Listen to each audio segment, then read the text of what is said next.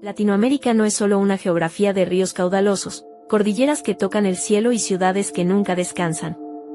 Es, ante todo, un territorio de sombras profundas. A menudo miramos hacia Europa o Norteamérica buscando monstruos de celuloide, vampiros de capa y hombres lobo de diseño, pero la verdad es mucho más inquietante: nuestras tierras no necesitan importar el miedo.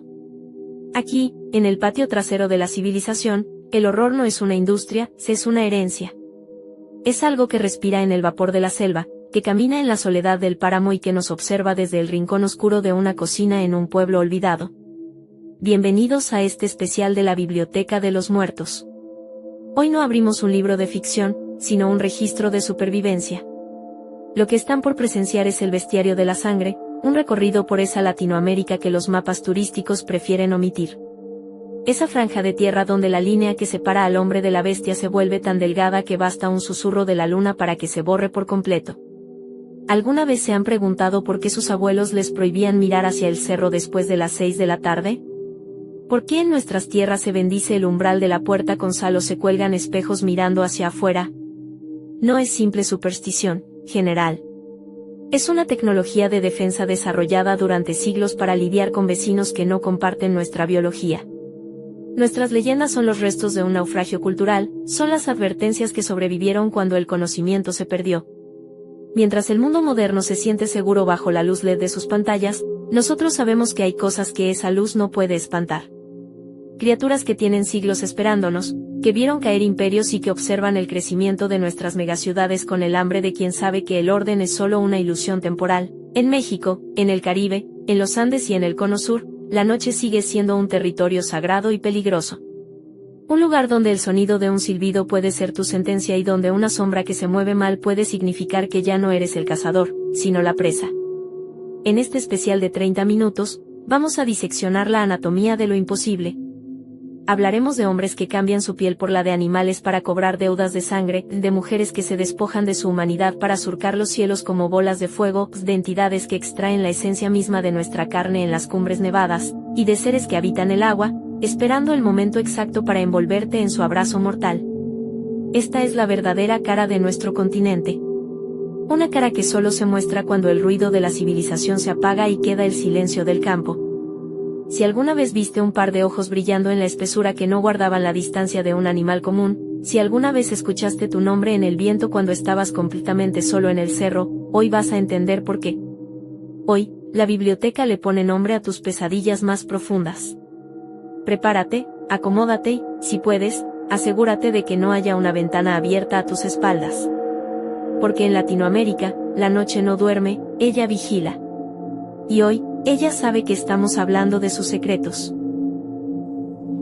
En México, la noche no es un periodo de descanso. Es una frontera que se cruza con miedo. En las entrañas de pueblos como los de Oaxaca, las zonas rurales de Tlaxcala o las sierras de Veracruz, existe un concepto que desafía la lógica de la biología moderna: la capacidad de desprenderse de la humanidad para habitar una piel ajena. Entramos en el archivo de los nahuales. Para el pensamiento prehispánico, cada hombre nacía con un vínculo espiritual con un animal, un tonal. Pero el nahual es distinto. El náhuatl es aquel que ha dominado un conocimiento prohibido, un pacto de sangre y ceniza que le permite, mediante rituales que implican saltar sobre hogueras o enterrar su propia sombra, transformar su anatomía. No es una transformación de cine, general. Es una distorsión de la realidad. La biblioteca guarda registros de testimonios que describen este proceso no como magia, sino como una mutilación espiritual. El náhuatl deja su piel humana, su verdadera esencia, escondida en un lugar seguro, a menudo bajo las raíces de un árbol sagrado o enterrada en el patio de su casa, para salir a la noche bajo la forma de un perro negro inmenso, un coyote de mirada inteligente o un cerdo deforme que exhala un olor a azufre. ¿Por qué un hombre buscaría tal condena? En los archivos de esta biblioteca, los motivos son tan antiguos como la avaricia, protección de tierras, robo o simplemente el placer sádico de ejercer un poder que los demás no poseen. Pero cuidado, si alguna vez te encuentras con un animal en un camino solitario de México, No mires su tamaño, mira sus ojos.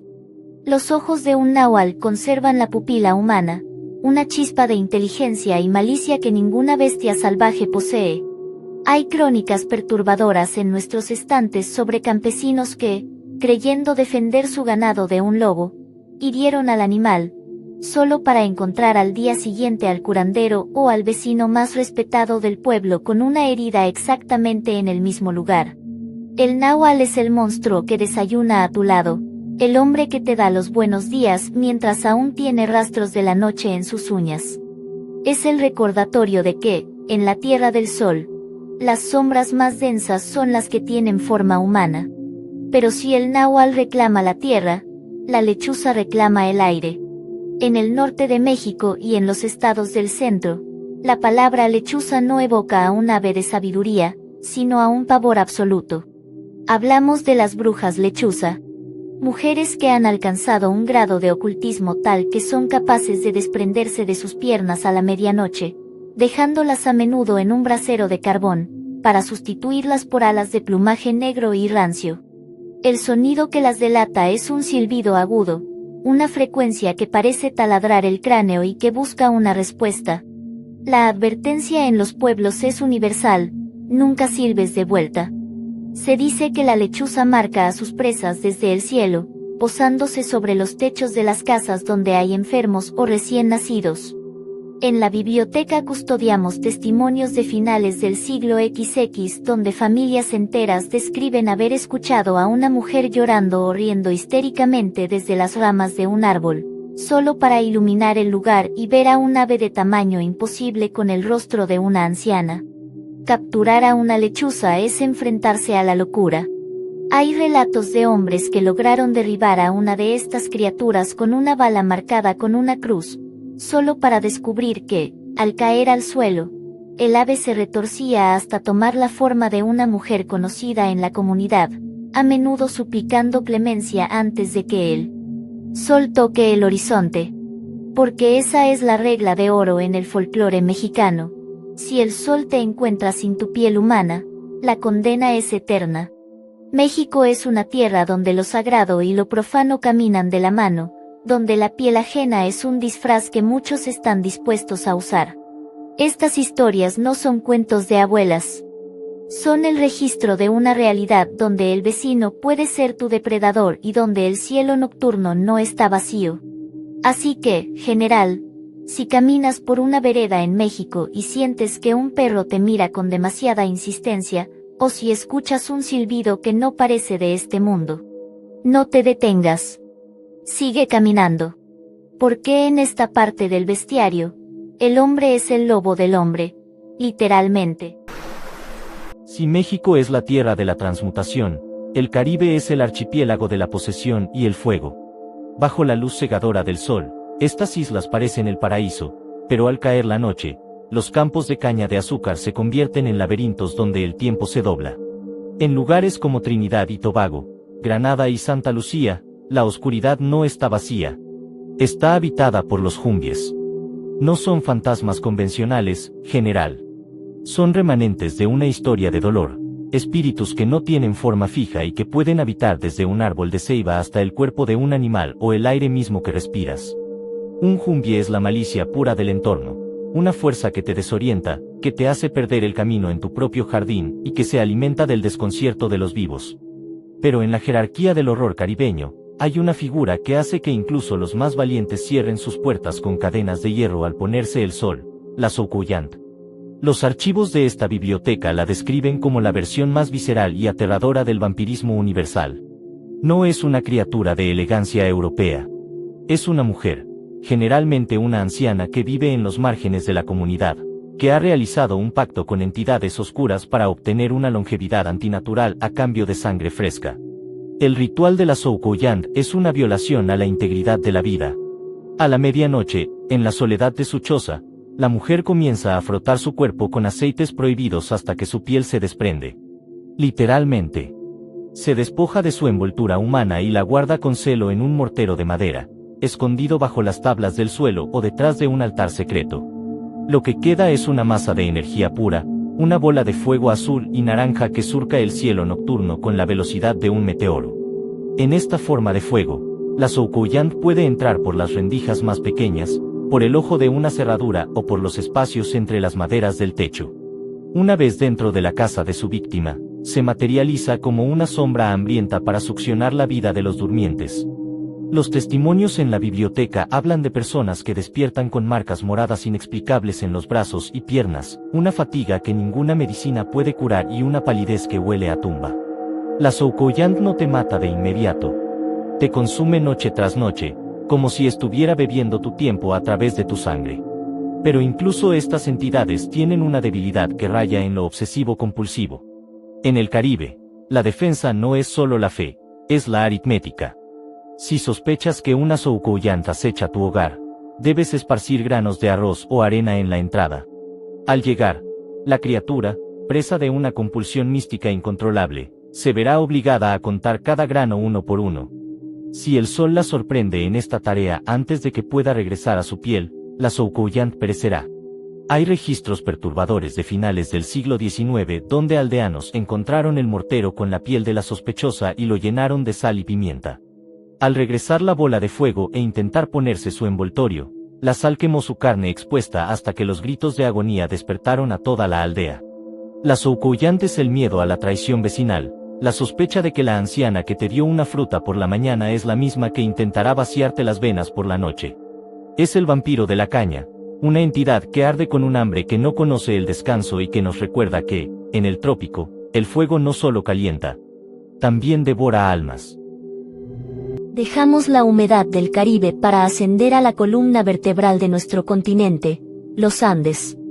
Aquí, general, el oxígeno es un lujo y el silencio es una amenaza constante. En las cumbres de Perú, Bolivia y el norte de Argentina, el folclore no se trata de fantasmas etéreos, sino de la preservación de la materia.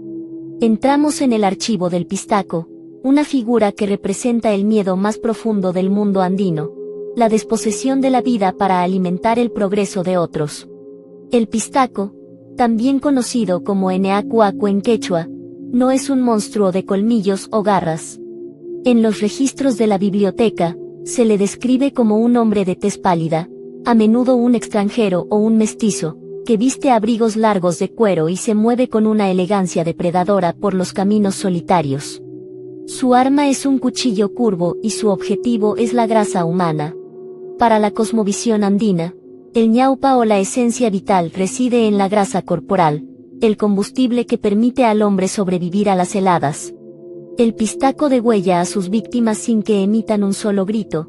Algunos dicen que usa polvos mágicos para dormir a sus presas, y luego extrae su grasa mediante rituales macabros de fuego lento. Pero el horror del Pistaco no termina en el asesinato. La leyenda tiene un trasfondo sociológico aterrador. Durante siglos, se ha creído que esta grasa humana es vendida a las grandes potencias para lubricar las máquinas de la industria moderna, para dar brillo a las campanas de las iglesias o incluso para alimentar los motores de los cohetes espaciales. El Pistaco es el monstruo del extractivismo. Es la personificación del miedo al otro que viene a quitarnos lo único que nos pertenece para engrasar los engranajes de un mundo que no nos incluye. Incluso en tiempos modernos, general, han existido crisis de pánico colectivo en regiones andinas debido a rumores de bandas de pistacos operando en hospitales o minas. Es un trauma histórico que se manifiesta en el cuerpo. El Pistaco no busca tu alma. Busca tu utilidad biológica. Te deja vacío, un cascarón seco en la cuneta de un camino de montaña, recordándote que en la cordillera, tu propio cuerpo es una mercancía para quienes tienen el cuchillo más afilado. Pero mientras el Pistaco acecha los caminos, en las zonas de ceja de selva y los bosques nublados de los Andes, habita una fuerza mucho más primitiva, el Ucumar. También llamado el hombre oso, el Ucumar es el eslabón perdido entre la humanidad y el instinto salvaje. Se le describe como una criatura masiva, cubierta de un pelo negro y espeso que huele a tierra mojada y descomposición, con ojos que brillan como brasas en la profundidad de las cuevas. A diferencia de otras criaturas del bestiario, el Ucumar tiene un componente sexual y reproductivo perturbador. Los testimonios en la biblioteca hablan de secuestros sistemáticos. El Ucumar se lleva a hombres y mujeres jóvenes a sus cavernas inaccesibles para procrear una estirpe de seres híbridos que nunca verán la luz del sol. Es el miedo al rapto, a la pérdida de la civilización y al regreso a un estado animal donde la fuerza bruta es la única ley. El sonido del Ucumar, un grito que mezcla el aullido del viento con un rugido humanoide, es la última advertencia para los que se atreven a alejarse demasiado de la fogata del campamento. El Ucumar representa la naturaleza que se defiende, el guardián de los bosques que ve en el ser humano a un intruso o a una presa. En las zonas rurales de Salta y Jujuy, en Argentina, o en las yungas bolivianas, la gente aún evita pronunciar su nombre en voz alta para no atraer su atención. Porque el Ucumar, a pesar de su aspecto bestial, tiene una astucia humana. Sabe imitar voces, sabe esperar en la sombra de un árbol y, sobre todo, sabe que el miedo paraliza a los que no están acostumbrados a la soledad de la montaña. En los Andes, general, la muerte tiene dos caras. Una es fría y lleva un cuchillo de cirujano, la otra es peluda, masiva y te arrastra a la oscuridad de la tierra para nunca dejarte volver. Hemos llegado al límite austral, general. Allí donde el continente se desmembra en 1000 islas y donde el bosque frío de la Patagonia y el Chiloé guarda secretos que no se parecen a nada que hayamos visto en el norte. En estas tierras, la naturaleza no es un escenario. Es un ente consciente y, a menudo, deforme. Aquí, el horror no viene de las estrellas ni de los cementerios, sino de la profundidad de los helechos y el lecho de los lagos glaciares. Entramos en el archivo de los dueños del agua y el bosque. Empecemos por el Trauco. No se dejen engañar por las descripciones infantiles de los libros de texto modernos que lo pintan como un simple duende. En la biblioteca, el expediente del Trauco es el de un depredador sexual y psicológico de una potencia aterradora. Imaginen a una criatura de apenas 80 centímetros de altura, con un rostro tallado en piedra volcánica, sin pies, moviéndose sobre muñones que dejan huellas circulares en el barro del bosque. El Trauco no necesita fuerza física para someter a sus víctimas. Posee el vínculo del magnetismo. Se dice que el Trauco habita en los huecos de los árboles de luma y que su mirada puede romper la voluntad de cualquier mujer que se cruce en su camino. No es una seducción romántica. Es un asalto metafísico. Los testimonios rescatados de las crónicas de Chiloé describen cómo las víctimas entran en un estado de trance hipnótico, perdiendo la noción del tiempo y el espacio, para despertar horas después en lo profundo del bosque, con el cuerpo marcado y la mente fracturada. El Trauco es la personificación de la sombra del bosque, pequeño, antiguo y con una mirada que puede secar las plantas o detener el corazón de un hombre. Es el recordatorio de que, en el sur, incluso el aire que respiras entre los árboles puede estar cargado con la voluntad de algo que nos desprecia. Pero si el bosque es el dominio del Trauco, las aguas de los lagos y ríos del Cono Sur pertenecen a una entidad mucho más abstracta y letal, el cuero. También conocido como el cuero vivo o mantequilla en algunas regiones de Argentina, esta criatura desafía toda clasificación taxonómica. A primera vista, los testigos lo describen como una piel de vaca extendida sobre la superficie del agua, flotando como si hubiera sido arrojada allí. Pero cuando una presa, sea un animal o un ser humano, se acerca a la orilla, el cuero revela su verdadera anatomía. En los bordes de esa piel, el cuero posee garras afiladas como anzuelos y una serie de ventosas succionadoras en su parte inferior. No es un mamífero, ni un reptil. Es una anomalía biológica que actúa como una trampa viviente. El cuero envuelve a su víctima en un abrazo asfixiante, cerrando sus bordes como una bolsa de cuero húmedo, y la arrastra hacia las profundidades abisales de los lagos patagónicos. Los archivos de la biblioteca contienen relatos de buzos que, buscando restos de desaparecidos, han visto sombras planas moviéndose contra la corriente, criaturas que no tienen ojos visibles pero que parecen sentir las vibraciones de la vida en la orilla. El cuero es el miedo al abismo que nos devuelve la mirada. Representa la traición de la superficie, lo que parece inerte, lo que parece ser solo un desecho, está en realidad esperando el momento de succionar tu sangre y tus fluidos a través de sus ventosas. En Chile y Argentina, la advertencia es clara: nunca te acerques a un cuero que flote cerca de la orilla, y nunca te bañes en aguas donde el fondo no se pueda ver. Porque el cuero no deja rastro, no deja huesos, no deja ropa. Solo deja un círculo de espuma en el agua y un silencio eterno en la orilla. En el cono sur, general, la tierra y el agua no han sido domesticadas. Aquí, todavía somos invitados. Y a veces, somos el sacrificio para los que habitan en la sombra del bosque y en el fondo del lago. Hemos recorrido miles de kilómetros, desde las áridas tierras del norte de México hasta los fiordos gélidos del sur chileno. Hemos visto la piel caer, el fuego surcar el cielo y la grasa convertirse en el tributo de los Andes. Pero aquí, en la quietud de la biblioteca, sabemos que esto es apenas el prólogo. Este bestiario latinoamericano no es una obra terminada. Es un organismo vivo que se alimenta de cada reporte, de cada susurro y de cada desaparición que los medios oficiales prefieren catalogar como accidente o extravío. Nuestro continente es una herida abierta que supura historias. No hemos hablado aún del silbón en los llanos colombo-venezolanos, ese gigante que carga los huesos de su padre y cuyo silbido es una sentencia de muerte si se escucha cerca. No hemos abierto el folio de la patasola, esa mujer de una sola pierna que habita las selvas de Colombia, engañando a los hombres con llantos de bebé para devorarlos en la espesura. No hemos tocado la ciguapa de la República Dominicana, con sus pies al revés para despistar a los que intentan seguir su rastro, ni hemos analizado al pombero en el Paraguay, el dueño de los pájaros que exige tabaco y miel a cambio de no llevarse a los niños. La biblioteca tiene espacio para todos ellos, pero para que el volumen 2 cobre vida, necesito su testimonio. Ustedes son los exploradores de este territorio. Ustedes son los que han escuchado el crujido en el techo de lámina, los que han visto sombras que no proyectan luz y los que han sentido el frío de un aliento que no debería estar allí. Latinoamérica no olvida. Nosotros recordamos por ella.